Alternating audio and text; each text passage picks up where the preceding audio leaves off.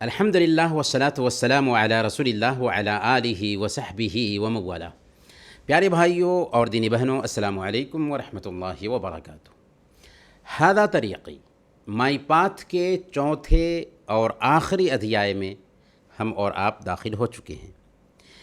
اس ادھیائے میں ہم اچھے اخلاق اور محرمات یعنی حرام چیزوں کو جانیں گے۔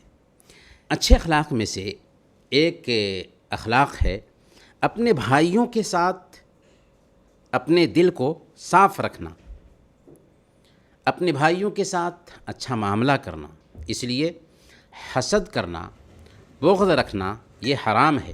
صحیح بخاری اور صحیح مسلم کی روایت ہے، حضرت انس بن مالک رضی اللہ تعالیٰ عنہ بیان فرماتے ہیں کہ اللہ کے نبی صلی اللہ علیہ وسلم نے ارشاد فرمایا، لا تباغضوا ولا تحاسدوا ولا تدابروا وكونوا عباد اللہ اخوانا ولا يحل لمسلم ان يهجر اخاه فوق 3 ایام، کہ ایک دوسرے سے بغض مت رکھو، ایک دوسرے سے حسد مت کرو، ایک دوسرے سے کینہ کپٹ مت رکھو اور دشمنی بھی مت رکھو، اور اللہ کے بندے بھائی بھائی ہو جاؤ۔ کسی مسلمان کے لیے جائز نہیں کہ وہ اپنے بھائی کو 3 دن سے زیادہ چھوڑ دے۔ اس حدیث میں حسد اور جلن رکھنے، پیٹھ پھیر لینے اور تعلق کاٹنے سے روکا گیا ہے، اور ایک مسلمان کو کسی بھی طریقے سے نقصان پہنچانے سے بھی منع کیا گیا ہے، کیونکہ ایک مسلمان کا دوسرے مسلمان پر یہ واجبی حق ہے کہ اپنے دل کو اس کے بارے میں بالکل صاف ستھرا رکھے، اس سے حسد نہ کرے، اس سے جلن نہ رکھے، اس کو نقصان نہ پہنچائے۔ اور اللہ کے نبی صلی اللہ علیہ وسلم نے ایک بات یہ بھی فرمائی کہ اگر کسی بات کی وجہ سے ہمیں کسی سے اختلاف ہو جاتا ہے تو 3 دن تک اس بات کی گنجائش ہے کہ وہ اس سے بات کرنا چھوڑ دے، کیونکہ اگر جھگڑا ہوا اور فوراً کہیں گے ملنے کے لیے تو طبیعت اس بات کے لیے تیار نہیں ہوگی۔ اسی لیے اسلام چونکہ فطری دین ہے، 3 دن کا موقع دیتا ہے۔ 3 دن کے بعد اب جائز نہیں ہے کہ اس سے تعلق کاٹا جائے، بلکہ ضروری ہے کہ آپسی بھائی چارہ کو نبھاتے ہوئے اس سے تعلق بنایا جائے۔ اور اللہ کے نبی صلی اللہ علیہ وسلم ایک دوسری حدیث میں بیان فرماتے ہیں، لا يحل لمسلم ان يهجر اخاه فوق 3 ليال يلتقيان فيعرض هذا ويعرض هذا وخيرهما الذي يبدأ بالسلام۔ کسی بھی مسلمان کے لیے جائز نہیں ہے کہ اپنے بھائی کو 3 دن سے زیادہ چھوڑے رکھے، کہ دونوں ایک دوسرے سے ملتے ہوں، یہ الگ چہرہ پھیر لیتا ہے، دوسرا الگ چہرہ پھیر لیتا ہے۔ ان دونوں میں بہتر کون ہے؟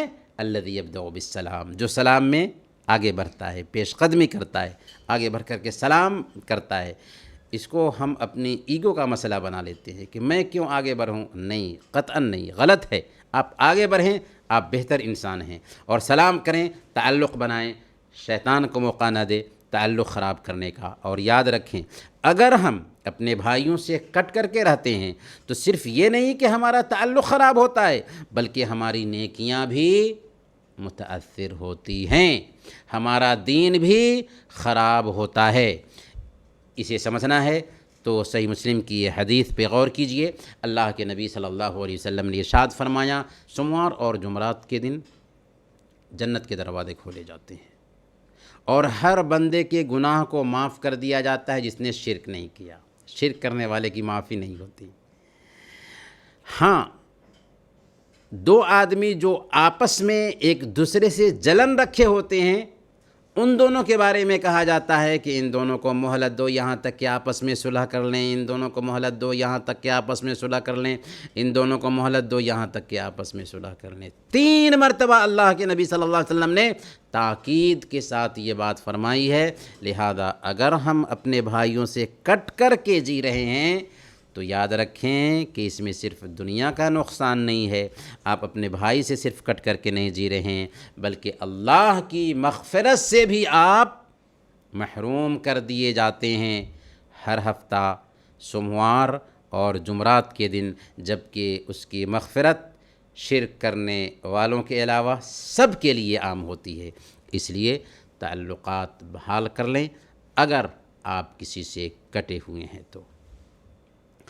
اچھے اخلاق میں سے ایک ادب یہ بھی ہے کہ کھانے پینے کے آداب کا خیال رکھا جائے۔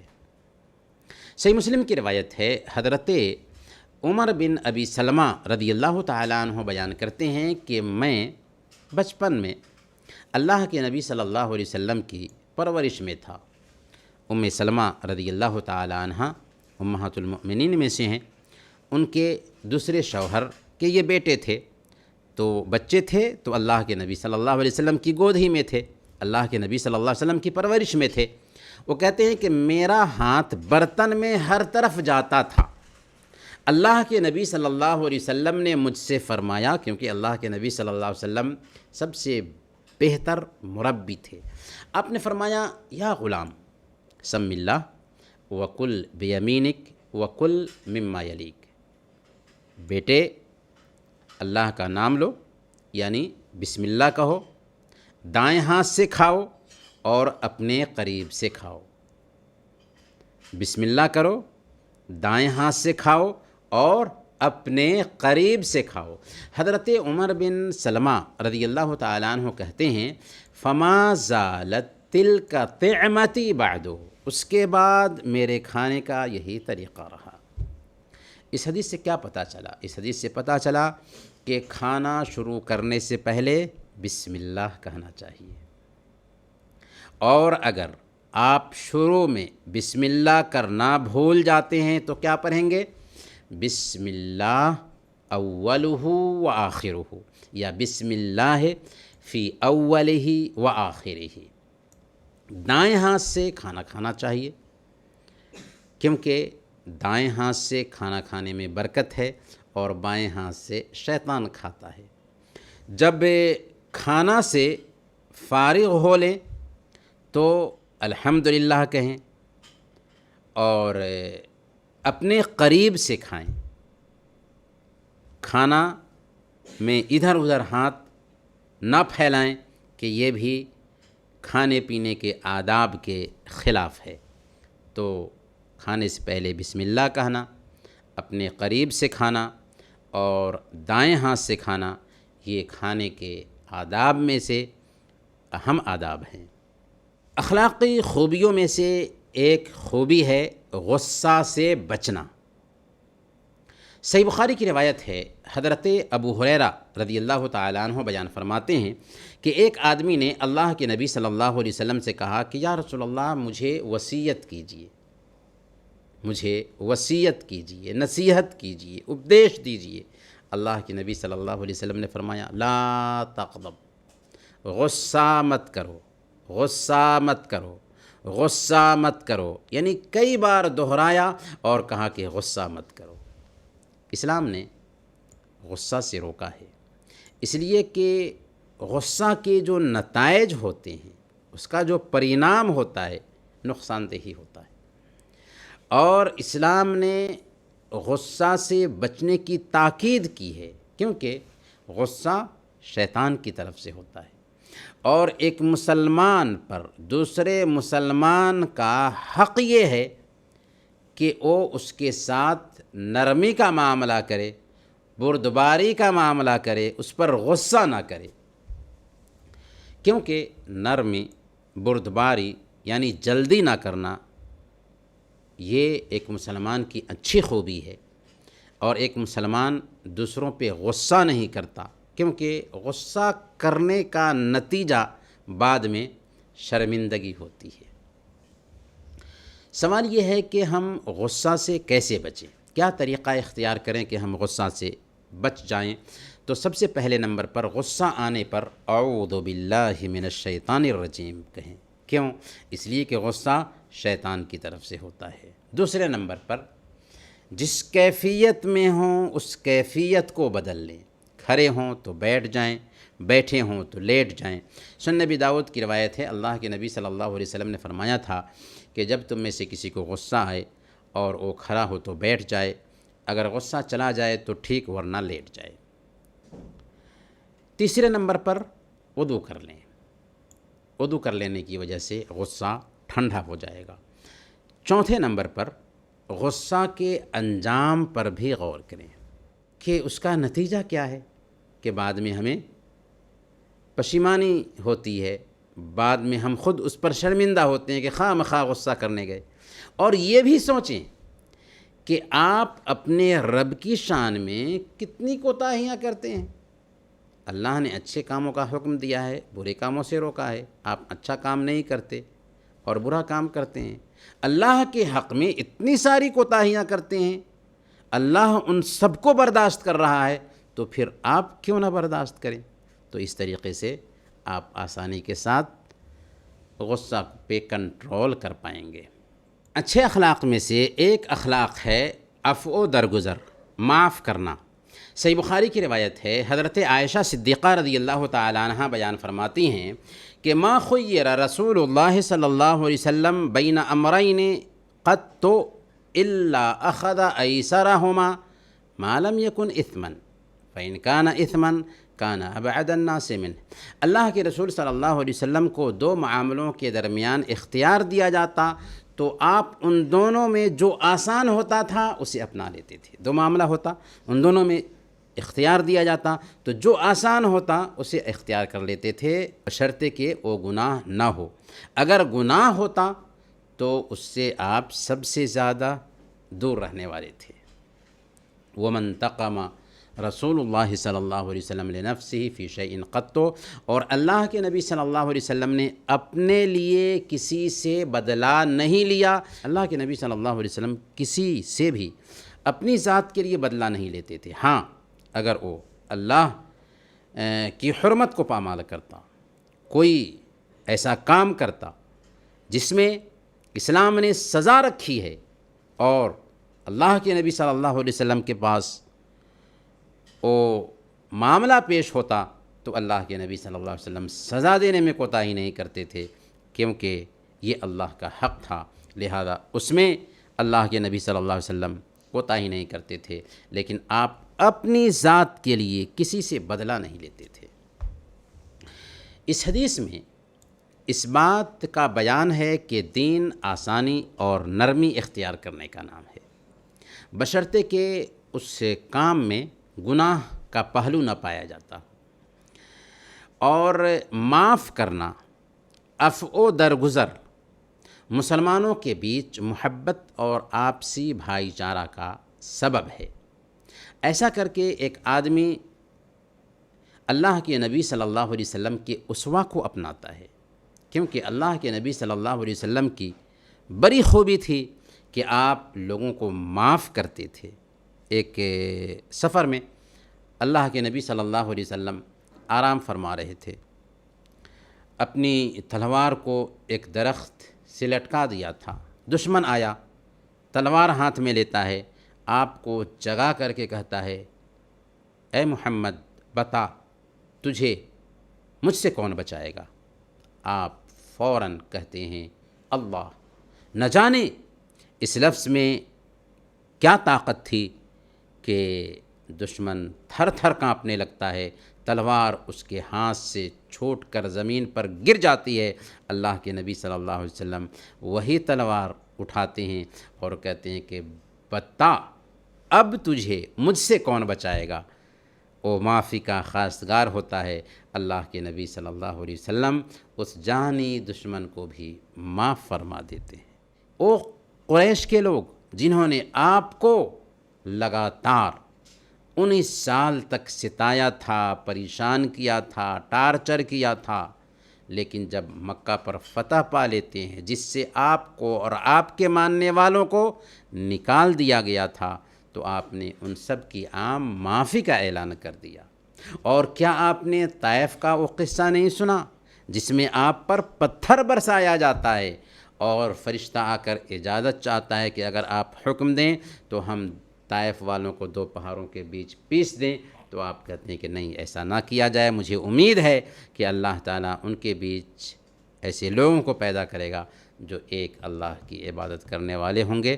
تو معاف کرنا بڑی اچھی خوبی ہے، معاف کرنا چاہیے۔ معاف کرنے سے ایک انسان کی عزت بڑھتی ہے، معاف کرنے سے ایک انسان چھوٹا نہیں ہوتا۔ صحیح مسلم کی روایت ہے، اللہ کے نبی صلی اللہ علیہ وسلم نے ارشاد فرمایا، وما زاد اللہ عبدا بعفو الا عزا، اللہ تعالیٰ بندے کو معاف کرنے سے عزت دیتا ہے۔ لیکن یہ بات بھی نوٹ کیجئے کہ معافی انسانی حقوق میں ہوگا، یعنی کسی انسانی حق میں آپ معاف کریں گے، اللہ کے حق میں معافی نہیں۔ اگر کوئی آدمی اللہ کے حق میں کوتاہی کرتا ہے تو اس کی معافی نہیں ہوگی۔ اگر کوئی آدمی اللہ کی محرمات کا ارتکاب کرتا ہے اور اس کے لیے سزا طے ہے تو اس کی سزا اس کو نہ دی جائے۔ اگر وہ معاملہ کورٹ میں جاتا ہے تو نہیں، بلکہ اس کو سزا ملنی ہے۔ دوسری بات یہ ہے کہ عفو درگزر، معافی یہ کمزوری کی پہچان نہیں، اور معافی سے ایک انسان کی عزت بڑھتی ہے۔ ایک تیسری اور اہم بات یہ ہے کہ کسی منکر پر خاموشی اختیار کرنا معافی میں شامل نہیں ہے۔ یعنی کوئی غلط کام کوئی کر رہا ہے اور آپ خاموش ہو جائیں یہ سوچ کر کہ چلو نظر انداز کرنا چاہیے، نہیں، غلط کام ہے تو اس پہ روکنا ضروری ہے، اس سے منع کرنا ضروری ہے، اور یہ ایک مسلمان کی پہچان ہے کہ وہ اس سے روکے گا، کیونکہ ہماری وجود کا مقصد ہی ہے کہ ہم دوسروں کو اچھے کاموں کا حکم دیں گے اور برے کاموں سے روکیں گے۔ اچھے اخلاق میں سے ایک اخلاق ہے اچھی صحبت، یعنی ایک انسان اچھے لوگوں کے ساتھ رہے، اچھی سنگت اختیار کرے، کیونکہ ایک انسان پر دوستی کا، سنگت کا بہت گہرا اثر ہوتا ہے۔ اگر اچھی سنگت ہے تو وہ اچھا بنے گا، بری سنگت ہے تو وہ برا بنے گا۔ سنن ابی داؤد کی روایت ہے، اللہ کے نبی صلی اللہ علیہ وسلم نے ارشاد فرمایا، الرجل علی دین خلیلہ فلینظر احدکم من یخالل، ایک بندہ اپنے دوست کے طریقے پر ہوتا ہے، اس لیے وہ غور کر کے دیکھ لے کہ وہ کس سے دوستی کر رہا ہے۔ اگر ہم اچھے انسان کے ساتھ رہیں گے تو ہم بھی اچھے بنیں گے، برے انسان کے ساتھ رہیں گے تو ہم بھی برے بنیں گے، کیونکہ سوبھاؤ نقال ہوتا ہے، ایک انسان کی طبیعت نقل کرنے والی ہوتی ہے۔ صحیح بخاری کی روایت میں بہت ہی پتے کی بات اللہ کے نبی صلی اللہ علیہ وسلم نے صحبت کے بارے میں بتائی ہے۔ ابو موسیٰ اشعری رضی اللہ تعالیٰ عنہ بیان کرتے ہیں کہ اللہ کے نبی صلی اللہ علیہ وسلم نے فرمایا، انما مثل الجلیس الصالح وجلیس السوء کحامل المسک ونافخ الکیر، کہ اچھے دوست اور برے دوست کی مثال خوشبو بیچنے والے اور بھٹی جھونکنے والے کے جیسے ہے۔ فحامل المسک اما ان یحظیک و اما ان تبتاع منہ و اما ان تجد منہ ریحا طیبہ، خوشبو اٹھانے والا یا تو تم کو ہدیہ میں خوشبو دے دے گا، یا اس سے تم خوشبو خرید لو گے، یا اس کے پاس رہو گے تو خوشبو پاؤ گے، جبکہ بھٹی جھونکنے والا تمہارے کپڑے کو جلا دے گا، یا کم سے کم اس کے پاس رہو گے تو بدبو پاؤ گے۔ بھائیو، اسلام اس بات کا ہمیں پابند کرتا ہے کہ ہم نیک لوگوں کی مجلسوں میں بیٹھنے کے عادی بنیں، کیونکہ اچھے لوگوں کے ساتھ رہیں گے تو ہم بھی اچھے رہیں گے، برے لوگوں کے ساتھ رہیں گے تو ہم بھی برے ہوں گے، کیونکہ اچھائی یا برائی کا اثر ایک انسان قبول کرتا ہے۔ اس لیے اچھے لوگوں کی سنگت اختیار کرنی چاہیے اور برے لوگوں کی سنگت سے بچنا چاہیے۔